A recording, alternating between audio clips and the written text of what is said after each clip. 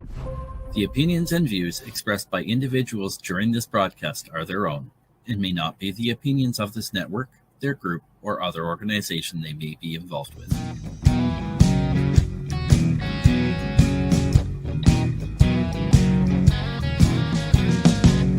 I'm looking at myself, reflections of my mind. It's just the kind of day to leave myself behind. So gently swaying through the fairyland of love. If you'll just come with me, you'll see the beauty of Tuesday evening news. Tuesday evening news.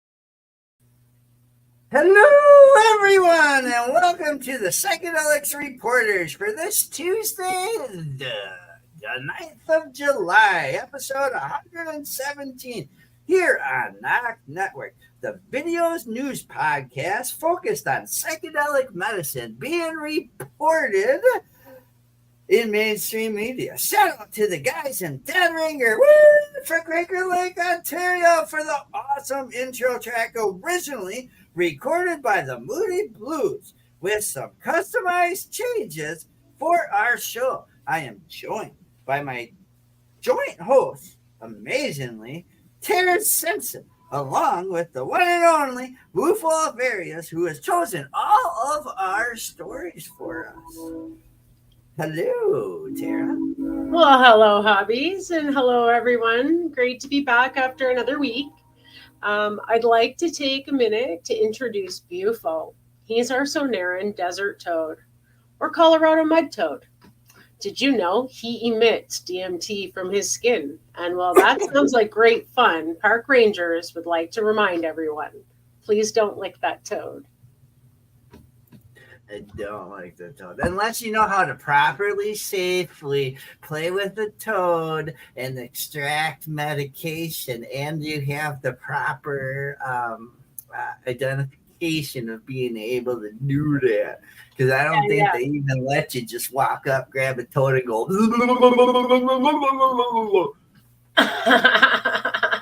Might not be advisable. You don't know what you're getting.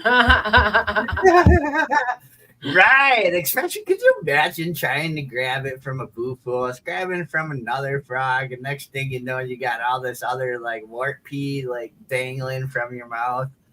Right? Who knows what could happen? Ooh, wouldn't want to be that person. No. And in fact, medications and these herbal medications, before just going out and just grabbing them and getting them, just like Tara always says on the show, follow up and find information about what you're going to be putting into your body, the proper doses, the proper settings, all that fun stuff, man. That's why I love my joint host, because she thinks of that smart. We think of all that. Let's just do it, but no, you got to put on the essentials to do it safely. And, absolutely. Always do it safely. A lot of fun can be had, but in a safe and controlled environment. And speaking about safely, if you go to a drugfree.org, okay, drugfree.org, they have a section that talks about drugs, and they try to put it as non-biased as they can to get the information out there. But there are parts on the site where if you have a drug problem, you can get a specialist, you can seek help, and you can even learn how to use these other drugs to heal from a opiate addiction or other stuff. So this right here is an Ibogaine article, and it's not really written by anyone except for drugfree.org. So Yeah, so this is a really interesting article that we saved for this week because we ran out of time last week, as always, because we always have great stories. So ibogaine is a natural substance found in the root of a plant that grows in West Africa. In fact, I can vouch it's Gabon, Africa, is where it's originally from. In small amounts, ibogaine works as a mild stimulant. People have used it for a long time to fight tiredness, hunger, thirst, and when taken in large amounts, can create strong mind-altering experiences. Although illegal in the United States, many people are interested in it for its potential to treat substance use disorders. Like other psychedelics, including LSD or psilocybin, the active ingredient in magic mushrooms, ibogaine has become so popular that an online search produces a long list of facilities for substance use disorders that offer it as a treatment, especially in countries like Mexico, where the use of the plant is unregulated. It's important to point out there isn't enough evidence to show how effective ibogaine is in the long term. Moreover, unlike other mind-altering drugs that pose lower risks, ibogaine has been connected to some deaths. How ibogaine is used. Traditionally, the Babango and Mitsogo peoples in West Central Africa who follow the Bwiti religion have used ibogaine in healing ceremonies and spiritual celebrations. In those rituals, this root is used for its stimulating effects to connect and ancestors in the spirit world. Or with ancestors, my bad. People take it by chewing on the shrub's roots or by swallowing the powder mixed with water. The most common form is ibogaine, hydrochloride salt taken by mouth. Beyond religious ceremonies, some individuals struggling with substance use have found that ibogaine helped them reduce withdrawal symptoms from substances like opioids, heroin pills, fentanyl, and cocaine. Also, it temporarily lessened cravings. Yeah, so what does ibogaine look like? Ibogaine is a shrub commonly kept as a decoration in Western African countries. The bark or the root bark is either brewed into palm wine or chewed to ease feelings of hunger and tiredness. In Gabon, where iboga is most common, the roots are sold in markets as pieces of bark or in powdered form. Outside of Africa, people sell it illegally online as a brownish powder marketed as an aid for detox in treating substance use disorders. How does ibogaine affect people? Ibogaine produces strong mind-altering effects like hallucinations, example, hearing or seeing things that aren't there, and experiencing a different state of mind, like having vivid dreams while being awake. Even though scientists don't completely understand how ibogaine works, they know it affects various parts of the brain. These include chemical messengers in our brain. Oh shit, I lost where I am here. Such In our brain, such as dopamine and serotonin, which are linked to feelings of happiness and well-being. Researchers have divided the ibogaine experience into three phases. The first phase is a dreamlike, when individuals experience an altered version of their surroundings and recall earlier life. This phase lasts from 4 to 6 hours. The second phase is emotionally neutral and reflective, lasting 8 to 20 hours. The third phase involves greater awareness and mild stimulation, continuing for up to 3 days. Some reports suggest that ibogaine can create a more intense experience than other substances like psilocybin. People who have tried it mention gaining insight into life's meanings, the universe's evolution, life after death, and feeling relieved from guilt. Those who have used the substance describe feeling remorse and regret for their actions towards others, and have also reported lower or no feelings of worthlessness in addition to being spiritually transformed. Why is there growing interest in ibogaine? Since the 1960s, Americans and Europeans who were part of self help groups have been sharing stories about how a single dose of ibogaine can reduce the desire for substances and ease opioid withdrawal symptoms. They claim that just one dose prevent a relapse for weeks, months, and even years. In online forums, people have spoken positively about ibogaine, calling it an addiction interpretive.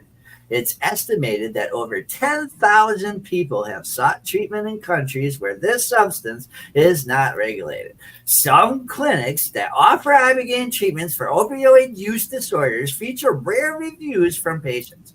One reason ibogaine has more popular is because it seems to have an anti-addictive properties. People say it doesn't cause cravings or withdrawal symptoms even after being used multiple times. Is ibogaine legal or illegal? Ibogaine is illegal in the United States. It falls under Schedule 1, a category that includes drugs like heroin, cannabis, and peyote. This classification means it is having no recognized medical benefits and a high risk of misuse. Unlike cannabis and psilocybin, no state has decriminalized its use. Ibogaine is illegal in several countries, including Belgium, France, Ireland, Israel, Italy, Norway, Sweden, Switzerland. However, it is legal in Australia, Finland, New Zealand, Uruguay, some countries like Brazil and Canada, Denmark, Hungary, and South Africa allow it as a controlled substance that a person can get with a doctor's prescription. In places like Mexico, the Netherlands, Germany, or Gabon, there are no specific rules about it. So, ibogaine is used to treat addiction in clinics and facilities in countries where it is legally prescribed and where it is unregulated, including New Zealand and Mexico. Certain countries such as Spain, Brazil, and testing ibogaine to assess the safety and effectiveness phase 2 trials. These trials aim to gather more information about potential benefits, risks, dosing, side effects, as well as who should or should not try it.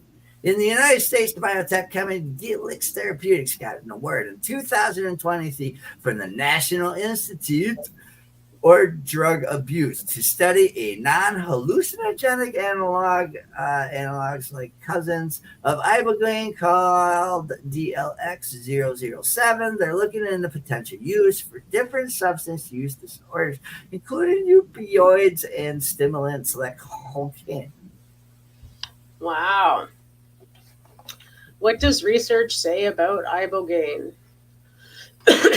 Information from over 30 specific studies suggest that ibogaine might help reduce withdrawal symptoms and cravings.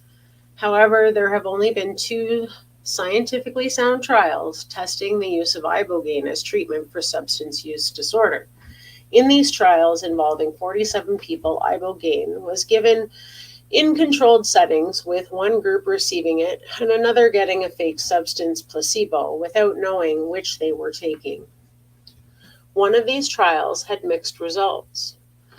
Although it found that ibogaine reduced withdrawal symptoms in people who used opioids compared to the placebo group, the difference between the 2 groups was insignificant. Another trial found a significant reduction in symptoms for people in a severe stage of cocaine dependence and fewer relapses. To prove ibogaine efficacy and safety, more studies like these conducted at the highest scientific standards and at large numbers of people are necessary. This is especially important as ibogaine can impact heart function, and fatal cases of people using ibogaine have been reported. Other studies where people knew they were taking ibogaine looked promising. However, these kinds of trials may be biased, as participants may perceive improvements simply because they know they are receiving treatment. Considering their limitations, some of these studies found that more than 70% of patients didn't show signs of opioid withdrawal after 24 to 48 hours of treatment. When it comes to long-term effectiveness and recovery, the research seems encouraging. After 1 month, and again after 12 months, many participants showed reduced opioid withdrawal symptoms and either stopped using opioids or used less of them. Data also suggests that ibogaine has beneficial impact on depression and trauma-related mental health symptoms. It has also shown promise for post-traumatic stress disorder and anxiety in trials which ibogaine was administered along with magnesium to reduce the risk of cardiac arrhythmias, where the heart beats too quickly or slowly. In general, even though ibogaine's results in treating substance use issues seems promising, the lack of evidence or the lack of controlled clinical trials means scientific community cannot say for sure how effective and safe ibogaine really is. In 2022, an evaluation of scientific trials of psychedelic medicines for mental health and substance use disorders was not optimistic about ibogaine's potential. It concluded that ibogaine may not reduce short-term opioid withdrawal symptoms compared to a placebo. It also concluded that it was unclear whether ibogaine use reduces long-term opioid use. Given these issues, experts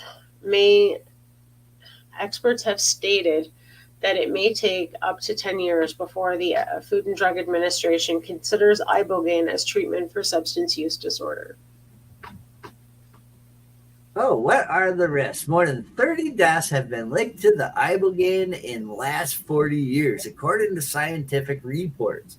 Most of these deaths were related to heart failures linked to ibogaine consumption. In many cases, other substances have played a role too. In one instance, a person with a heroin disorder suddenly died hours after swallowing a powder labeled Tabernath iboga, bought online for detox during addiction treatment.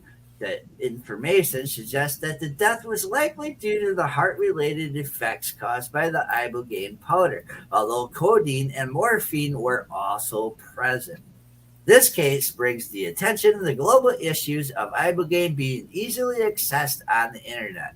The products may not undergo any kind of quality control. In addition, it may be difficult to understand dosing and risks without the support of a healthcare provider. Another concern is the demand for ibogaine has increased in recent years, putting stress on Gabon's natural resources. This has also led to more vendors selling potentially contaminated or fake iboga, both in local markets and internationally. Aside from the risk of fatal outcomes, ibogaine has been associated with a significant likelihood of developing headaches after treatment. So, I'm going to read a little bit about microdosing. One case report described a successful treatment for opioid dose disorder with repeated small doses of ibogaine. Another article reported that 3 people with opioid use disorder benefited from getting small doses of ibogaine multiple times. Using small doses of ibogaine, known as microdosing, might be a helpful strategy to avoid harmful effects deaths still while having positive treatment results. However, besides stories from West African countries and mild stimulating effect of small amounts, there aren't well-designated research studies on microdosing. Yeah. what if my loved one considers using ibogaine? Reports from people who have experienced firsthand suggest that ibogaine is likely to be popular as a recreational drug, probably because the mind-altering effects can be very intense and sometimes unpleasant. However, some individuals still use it to treat substance use problems in facilities abroad or even on their own, buying ibogaine illegally, sometimes online. This is risky for two reasons: no quality control of the product and ibogaine's impact on the heart. If you know or suspect someone that your loved one is thinking or of using ibogaine or for substance use treatment outside of the US without professional help, here are some guideline suggestions. Establish and create a safe space for open communication, that your child feels comfortable sharing their experiences and reasons for deciding to use ibogaine. Share your concern about potential risks and health dangers associated with ibogaine use. Tell them, according to some doctors, the risks of heart failure can be minimized by screening out patients with existing cardiovascular issues and using electrocardiograms during treatment. Other doctors and addiction experts have also found that giving magnesium to patients before or during ibogaine treatments minimizes the risk of heart failure. Talk with your loved ones about treatments legally available in the US, and they list, you can learn more about medications for opioid use disorder in that article. There is also an earpiece that helps to ease with the pain of withdrawal and assists in the treatment process of opioid use disorder. Making sure your loved one carries naloxone when using substances, so Narcan, before.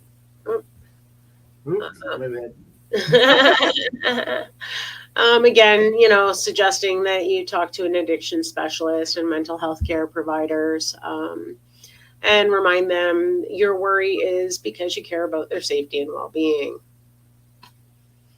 You want to read some of the reducing the risk of ibogaine use? Or? Yeah. So, reducing the risk, the safest choice is not to use it, obviously. But if your loved one insists on using it, despite its downsides, consider sharing ways to reduce the risks, remembering top priority is keeping them safe. Reducing risk doesn't mean promoting substance use. So using an accredited facility is absolutely key. And I would agree with that because of the heart risk. And I know that because I've interviewed facilitators of ibogaine on our other show, Open Your Eye. And they are both medical experts, both nurses. They run a very safe practice when they administer this medication to people. And again, use all of the technology that was mentioned above with the tracing at the heart and stuff, because it is a high risk. So doing your research, again, making sure that you get in touch with someone who's tried that clinic or tried that facilitator. Again, very, very key that you go with someone who comes highly recommended. And then also the costs. They're not inexpensive treatments, and that is for sure. And there are no insurance companies covering it. So, make sure you're getting your money's worth if you're going someplace that, you know what you're doing. Yeah, and just like you said, the medical facilities should offer the following: medical screening, professional supervision, dosage control, preparation and aftercare, and monitoring. And but if you're considering a clinical trial, they have a click. If you go to the drugfree.org. They click the database of privately and publicly funded clinical trials. That's very cool. Right. And I don't know, it was long, but we don't cover it much. No, and ibogaine is gaining some momentum. in that world. So it's kind of good to bring some attention to it, because again, it's not the most recreational of substances, but there are people who are seeking it out, and if they're seeking it out online on their own, it's probably not a good idea. You don't know what you're getting. Go to a reputable person. Check out some of our podcasts on NOK, where we've talked to ibogaine facilitators. There's lots of them out there, and they all kind of know each other. So if you're not in that area, I'm sure that someone will recommend someone else for you. Amen. Our next article comes from natureworldnews.com. And 2 new species of psilocybe magic mushrooms unearthed in southern Africa. And this is by Paul Moster. I hope I said that right. It's a great article. So this is kind of cool, because I've been to South Africa. So I didn't know they had magic mushrooms there, though. Citizen scientists in southern Africa have discovered 2 new species of mushrooms. Researchers identified the mushrooms, now named Psilocybe. We're gonna say. I think it's psilocybe in Gelly. Yeah. In Gelly. Okay, yeah, that makes some sense. And Psilocybe maluti, as members of the genus Psilocybe, which is known to contain the hallucinogenic compound psilocybin. Psilocybe maluti is especially notable because of its firsthand documented hallucinogenic mushroom used traditionally in Africa. This may also shed new light on the history and cultural significance of psychedelic mushrooms across the continent. Traditional healers of the Basotho have suggested that many years of using Psilocybe maluti have been used in healing ceremonies. The actual usage is not quite clear, but it's supposed to contain chemicals of a psychoactive nature that changes the state of consciousness. As a result, a citizen scientist can cover more areas and reporting a surprising number of New World records compared to professional researchers who are more spread out over the prominent geographic location. Indeed, these 2 new species of psilocybin mushrooms even further affirm the need for citizen science to contribute to our understanding of the natural world. That aside, it reveals how Africa may have secret treasures in at least mycology and other specific areas. Potential benefits of psilocybin mushrooms. One of the newest and most exciting treatments is psilocybin therapy, a hallucinogenic chemical found in some mushrooms. According to research published to date, psilocybin holds enormous potential for application in the treatment of such mental health disorders as depression, anxiety, and addiction. Such treatment is usually conducted in a controlled environment under the administration of a trained therapist who provides the patient with psilocybin and guides him through the ensuing experience. The patient can produce hallucinations, altered perceptions, and intense emotional experiences. The therapist helps the potential use these experiences. Psilocybin therapy is a possible new mental health condition treatment. With that said, psilocybin is a hallucinogenic drug and has side effects. Psilocybin therapy should be used only with therapy supervision. Yeah, so what's next in store for psilocybin research? These 2 new species of psilocybin mushrooms could make breakthrough differences in psilocybin research. Currently, scientists are studying psilocybin for their potential treatment of various mental health conditions. These new species could give researchers an insight into the mechanism of action of psilocybin, leading to the development of new psilocybin-based therapies. Ethical considerations of psilocybin research. Because of the strong effects of psilocybin research related, because of the strong effects of psilocybin research related to its needed to be done with the significant amount of care and ethical consideration possible. Participants have been thoroughly selected based on their qualifications for treatment with psilocybin. The therapy needs to be conducted by trained practitioners in a setting that allows the maximum control of events and complete safety of all concerned.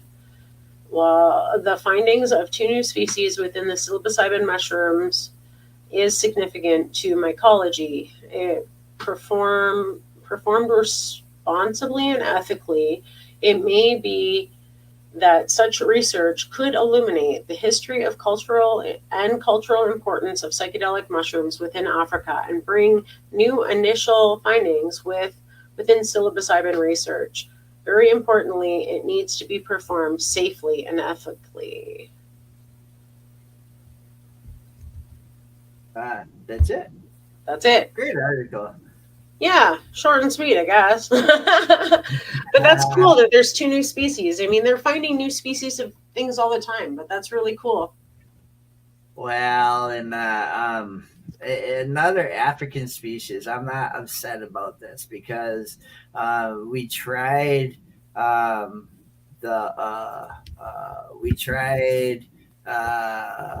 what was it, the NATO super strength, and the African that we read, and oh my god, it is such a great mushroom, and it's clean.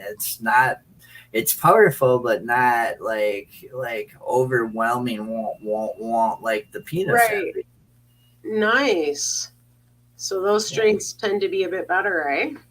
Yeah, I like it. It's nice. I have to eat lesser because to me, even as a puppet being little, even what is it? The Amazonian penis envies that are just more of a body. Even those can get strong for me if I don't watch the dosage. That's interesting. So, but penis envy tends to be a more potent strain compared to some of the, beginner strains we've talked about too. So anything with penis envy in it is probably going to have a little bit of a kick. So, SciPost on SciPost.org wrote this article by Eric Dolan. Psychedelic compound reduces cluster headache frequency by 50% in a new study. Yeah, so this is a really cool article for a few reasons. Many years ago, I heard about this before it was even a thing, before I was even in this realm. I watched a documentary on a man in the US who discovered this by accident and was growing them illegally to treat his cluster migraines so he wouldn't take his own life. And it worked for him. And that was probably 30 years ago I heard of this. And it was a David Suzuki special, just saying.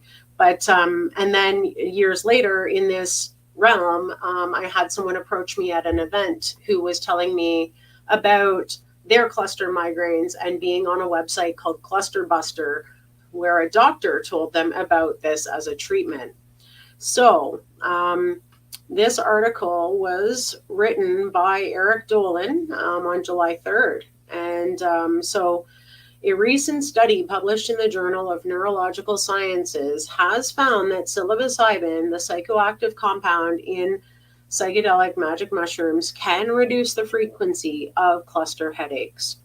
This research builds on anecdotal reports and preliminary studies, offering the first controlled evidence that psilocybin's potential as a treatment for the debilitating condition. Cluster headaches are often one of the most excruciating types of headaches, often characterized by severe burning or piercing pain that typically occurs around one eye or one side of the head, which I get that a lot. These headaches, which can last from 15 minutes to 3 hours, often strike suddenly and can reoccur multiple times in a day, frequently at the same time each day. The pain is so intense that it is often nicknamed the, quote, suicide headache due to the desperation it can cause in sufferers. Unlike migraines, cluster headaches are generally not accompanied by nausea or sensitivity to light or sound, but they can be accompanied by other symptoms such as redness in the eyes, nasal congestion, and restlessness. Anecdotal reports or preliminary research suggested that psilocybin might offer relief, but if there was a lack of rigorous scientific evidence to support these claims, this drove Emmanuel A.D. Schindler, an assistant professor of neurology at Yale School of Medicine, and her colleagues to investigate whether psilocybin could provide a safe and effective treatment for cluster headache sufferers. The study was designed as an extension of pilot study that had previously examined the effects of psilocybin on cluster headaches. The researchers recruited 16 adults aged 21 to 65 years, experienced cluster headaches, but had no other serious medical or psychiatric conditions. These participants had previously have been involved in the initial study and were eligible to return for a second round of participation after at least 6 months of their last test day.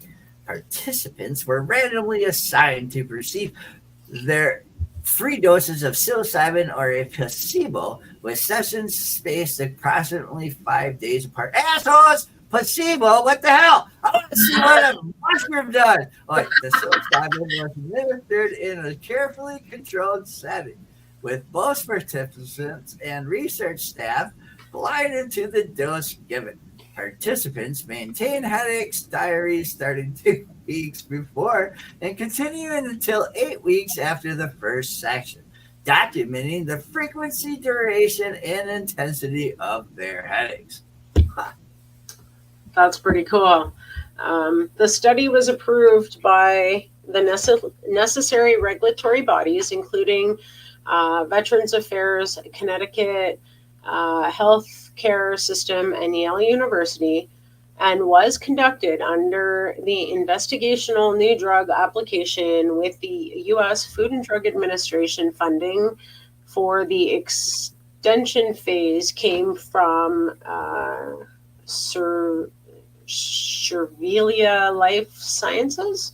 I don't know. I would chop it up. Cervelia Life Sciences. Schindler and her team found that psilocybin significantly reduced the frequency of cluster headaches. Participants who received psilocybin experienced nearly a 50% reduction in the number of headache attacks per week. On average, the weekly attacks decreased from 18.4 to 9.8, making a substantial improvement. The reduction was observed in both episodical and chronic cluster headache sufferers. Although the effects approached, but did not always reach statistical significance in some subgroups. Additionally, the study noted that the therapeutic benefits of psilocybin appeared to be independent of its hallucinogenic effects. This suggests that relief provided by psilocybin might not be linked to its ability to induce altered states of consciousness, which is a key finding for considering psilocybin's broader therapeutic applications. The researchers also reported significant reductions in pain severity and their need for abortive medication. Pain severity dropped by about 10% on the numerical rating scale, and the use of medications to stop attacks fell by 37%, indicating an overall improvement in the quality of life for participants. Importantly, the study reported no severe adverse events, reinforcing the safety of psilocybin when administered in a controlled setting. Common side effects included nausea, fatigue, cluster attacks during the dosing sessions, but these were self-limiting and manageable. While the results of this study are encouraging, there are several caveats to consider. First, the sample size was small, only 10 participants completing the extension phase. This limits the generability of findings and underscores the need for larger studies to confirm these results. The study was also not did not include a comparison with other preventative treatments, making it difficult to assess how psilocybin stacks up against existing options. Despite these limitations, the study represents a significant step toward understanding the potential of psilocybin as a treatment for cluster headaches. The findings suggest that psilocybin can reduce the frequency and severity of attacks, offering hope to those who have found little relief from traditional treatments. However, further research with largely more diverse samples and longer follow-up periods is necessary to fully gauge the safety and efficacy of psilocybin for this condition. The study's psilocybin pulse regimen reduces cluster headache attack frequency in the blinded extension phase of randomized controlled trial, was authored by Emmanuel A.D. Schindler, R. Andrew C. Well, Christopher H. Gottschalk, L. Taylor Flynn, U. Tongs, Brian P. Pittman, Nicholas B. Kazi, and D. Susan. Oh man, this was so awesome. It's really cool because it just reconfirms everything that I saw in that documentary, and I wish I could name the name of what the documentary was, but I know David Suzuki was a part of that, and they were talking to this patient in the States who was like terrified he was going to go to jail because, he discovered that it worked and he would only do it once every few months. He would take 16 grams and just trip balls for 24 hours in his bedroom. But it solved his migraine issues and he was able to actually go back to work rather than being in his bed day in and day out because they just came in clusters every single day.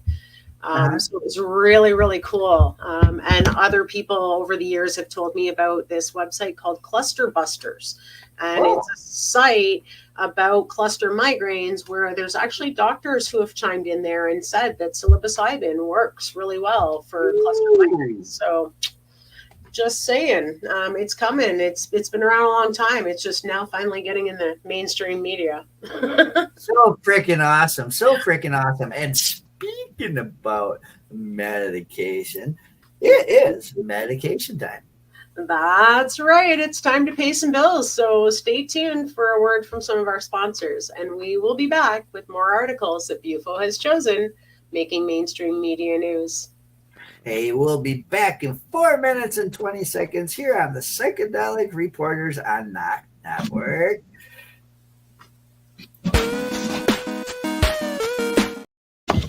Oh, wait. What is it? Wait, no, that was my line. Never mind.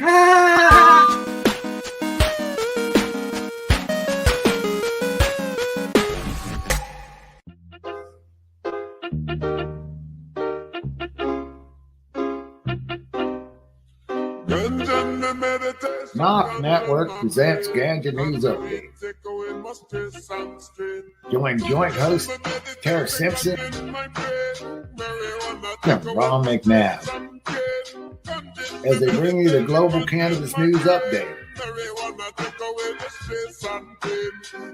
Catch the Ganja News Reporters weekly on Mondays at 8 p.m. Eastern Time as they cover cannabis news from around the globe in a 60-minute video news podcast. Stay up to date with Ganja News Update, Mondays at 8 p.m. Eastern. Follow and subscribe to NOK Network on your webpage, social media, and streaming sites, including Facebook, LinkedIn, X, and Rumble.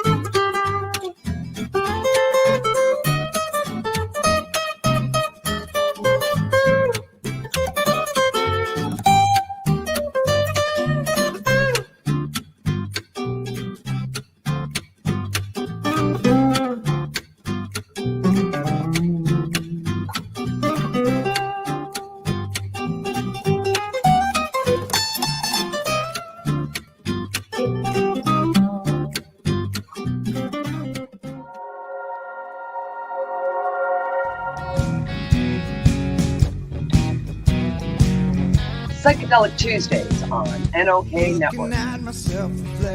Tune in at 8 p.m. Eastern Standard Time on Psychedelic Report. Bufo Alverius is scouring the newswires, stories being reported in mainstream media on psychedelic rights, and passing them on to Hobby Puppets and Karen Simpson. They can bring you, our listeners, in their 60-minute video news podcast. Tuesday evening news. Join us for Tuesday Evening News, weekly at 8 p.m. Eastern Standard Time, for all your news and information in the world of psychedelic medicine. Follow and subscribe to NOK Network on our webpage, social media, and streaming sites, including YouTube and Rumble.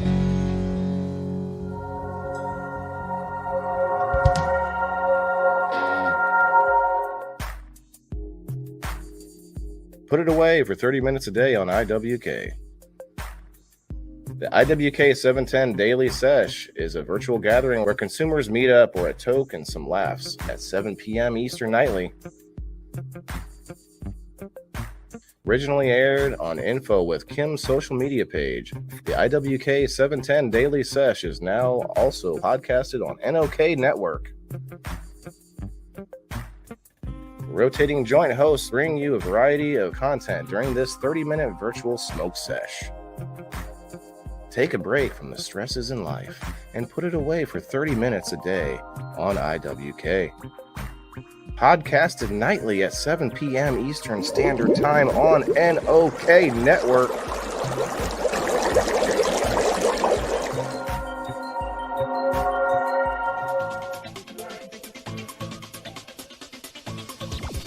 Advertising space available at NOK. Contact us for a rate sheet at NOKNetwork.com.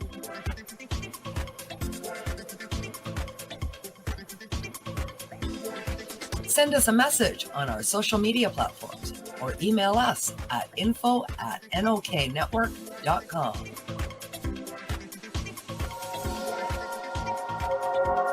Hey, dudes and dudettes. Enjoy the show, man. Hey, and we're back from our medication session live on Psychedelic Reporters here on NOK Network. And we have another set of stories coming at you from the realm of psychedelic medicine. So let's get at it. Oh, man. So this next article, and I don't know if anybody's familiar with this publication, Vice, but the Vice channel and page, this is from Vice.com. They have been showing for years like cannabis and shows and psychedelic shows and just pretty kick-ass. So this article here is inside one of the world's biggest magic mushroom farms.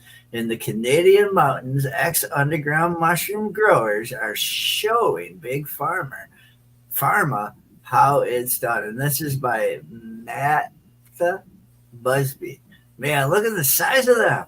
I know, this is super exciting because this is happening right here in Canada where I am. I'm in Princeton, a sleepy mountain town in Western Canada, known for its slogan, "Where rivers and friends meet." It also happens to be home to what might be the largest legal pharma-grade shroom farm in the world. Well, that's super cool. In a non-descriptive blue warehouse behind a tall security fence sits Optimi Health, a psychedelic manufacturer aiming to help the world heal by getting everyone heroically high. On the other side of a walk-in vault, around 200 kilograms of vacuum-packed psilocybin mushrooms are stored in boxes that tower all around me. It's staggering the amount of psychedelic fungi to see in one place, a hall that includes strains like Shoddy Wave, Golden Teacher Affinity, Albino Penis Envy. There is enough magic mushrooms here to power over 5,000 trips. Wow. There are also 1,000 doses of pure MDMA chilling in a refrigerator in the corner. Wow, dude. Wow, just being in the vault feels trippy. Like some hallucinogenic residue in the air is starting to wave its spell. However, for the farm's head of mycology, Scott Marshall, it's just a normal day at work. He is one of the select number of ex-underground mushroom growers to become a licensed psilocybe cultivator in North America, after laws controlling the use of psychedelic fungi were eased after decades of murderous, futile drug war.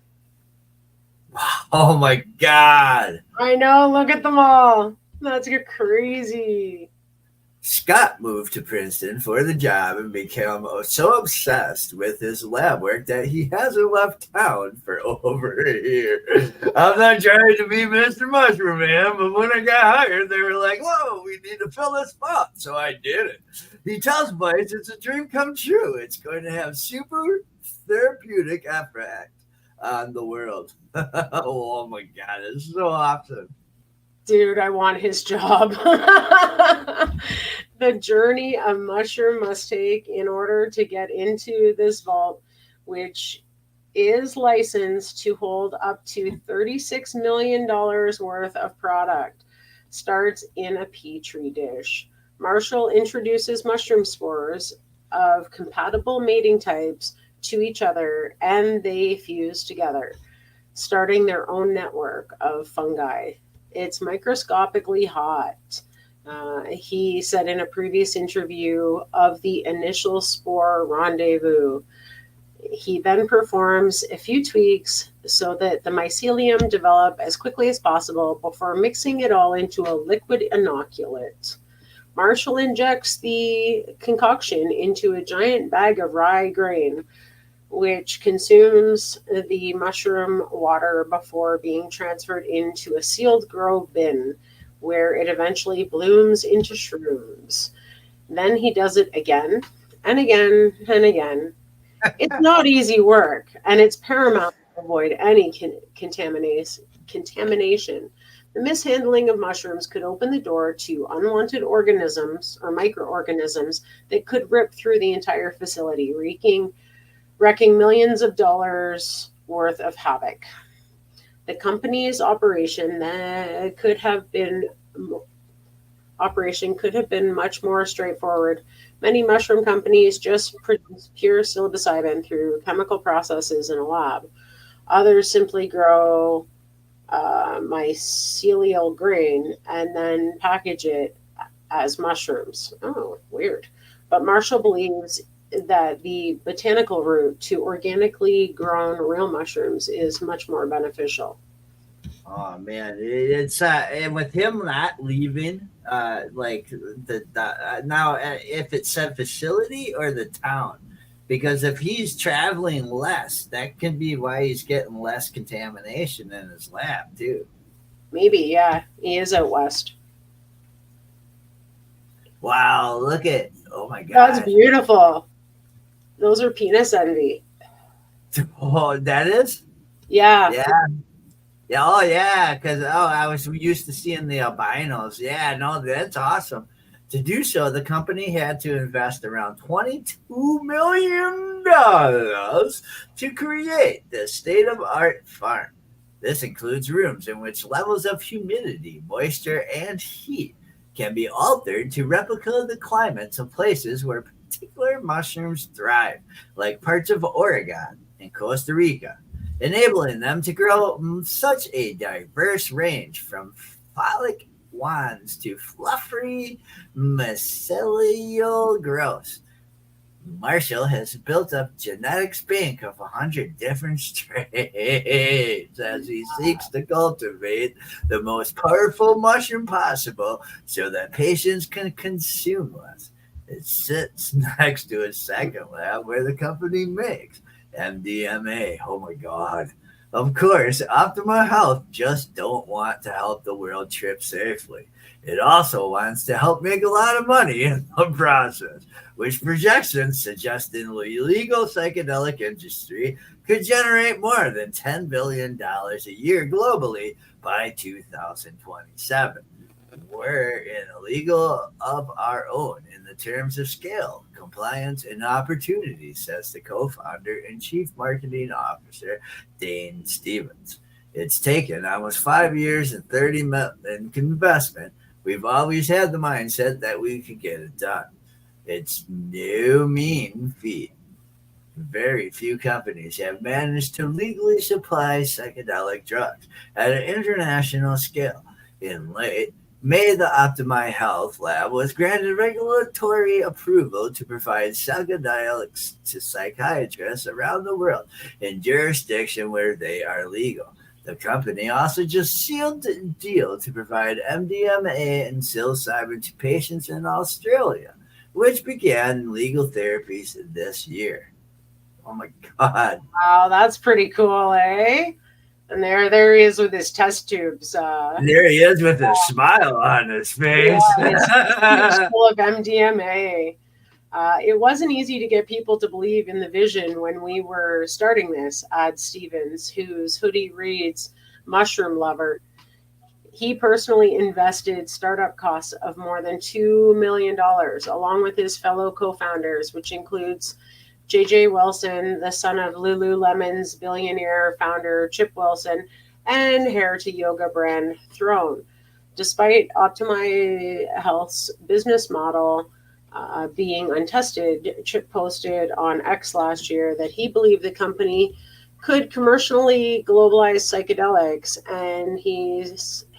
and his acquired shares worth over $2 million, effectively amounting to ownership of 10% of the company. But those days are still way off. Company filings show that, as it stands, the lab's losing more than $700,000 a month. Ouch. For now, the industry-scale shroom factory has become a part of the chitter-chatter in the copper mining town of Princeton. Chief Science Officer Dr. Preston Chase, who makes the MDMA, remembers visiting a pet store to buy food for his dogs. When he told the employees where he worked, they all knew about the farm on the hill.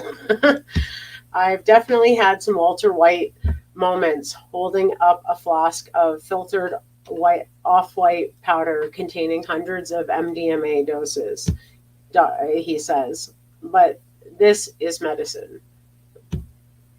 Considering he works for the psychedelic tycoons of tomorrow, it comes as a surprise when Chase says he's never tripped before. Stevens, on the other hand, had his own transformative experience during the pandemic after experiencing some mental health issues. I had a full panic attack, he recalls, blaming high levels of stress in an attempt to calm his nervous system. He took a heroic dose of mushrooms with the therapist several days later. It was like bricks off my chest. I let it all out and felt a sense of relief, he says. It encouraged him to make some changes in his life and try being less of a workaholic. The world's probably going to be a better place if people are less depressed. Absolutely. That's really cool. We've talked about Optimi Health on previous shows where they've come up in the news, but just super cool. Very cool. I didn't realize they were making MDMA too. Hey, man, when are you guys gonna put them on Open Your Eye, man? I know. I'll get on Kim. I'm gonna see her this weekend when I get up there. So, I'll put that bug in her ear that we need to get those Optimi Health guys on Open Your Eye show. They can come on and talk about all their cool stuff. A big shout out to Kissed Acres this weekend, the 710. This is the 4th annual, is it? 4th annual 710 Stoner Games, yes, and 1st annual Stoner Cup. So that's the Cannabis Cup competition that's been going on that all these judges' kits went out for in June, and everyone's been posting online. So those results will be announced at the 710 games. So we'll know who won in each category. Oh, so awesome. So awesome. Looking forward to it. And if you love puppets, there's a little puppet halftime show in that it would be the Us Puppets' second annual time of being the entertainment in the halftime show. That's super exciting. I can't wait to see what you guys have been up to. And we'll have to check that. Been getting high, yeah. So Mr. Anonymous gave us a big jar. I mean, we're almost talking like a half ounce dab to be able to get high while we produce these. So each cameraman, we let our cameraman puff with us. We let the announcers puff with us. It was just, it was an awesome time. So everyone got high while creating the halftime show for the 710. Very dabbed. Very awesome. dabbed. Yeah. Oh, I can't wait to see it. I'm so stoked. I know you had quite a bit planned in the way of entertaining us all. Well, thank you for joining us here on Psychedelic Reporters on NOK Network, for tuning in to our video podcast on NOK Network Rumble and YouTube page, as well as our social media sites. Hey, and good luck to you as a contestant, lady, because I believe you compete, right? I competed last year and took first place in the women's area, and plan to compete again this year. So we'll see. I'm also going to have a lot more people I'm up against, because I heard the crowd is going to be bigger this year, and I know of a lot of people who are coming. So I might have some stiff competition. Awesome. Yeah, I can't wait, though. It's going to be so much fun. I can't wait. So we really hope you've enjoyed our update of mainstream media coverage of psychedelic advancements from around the globe. Many thanks to our sponsors and to my joint hosts, Tara Simpsons, and to Bufo Alverius for choosing the stories, and to our listeners for joining each week on Psychedelic Tuesday. Let's hear from Dead Ringer again from Kirkland Lake on our way up. Night. Bye.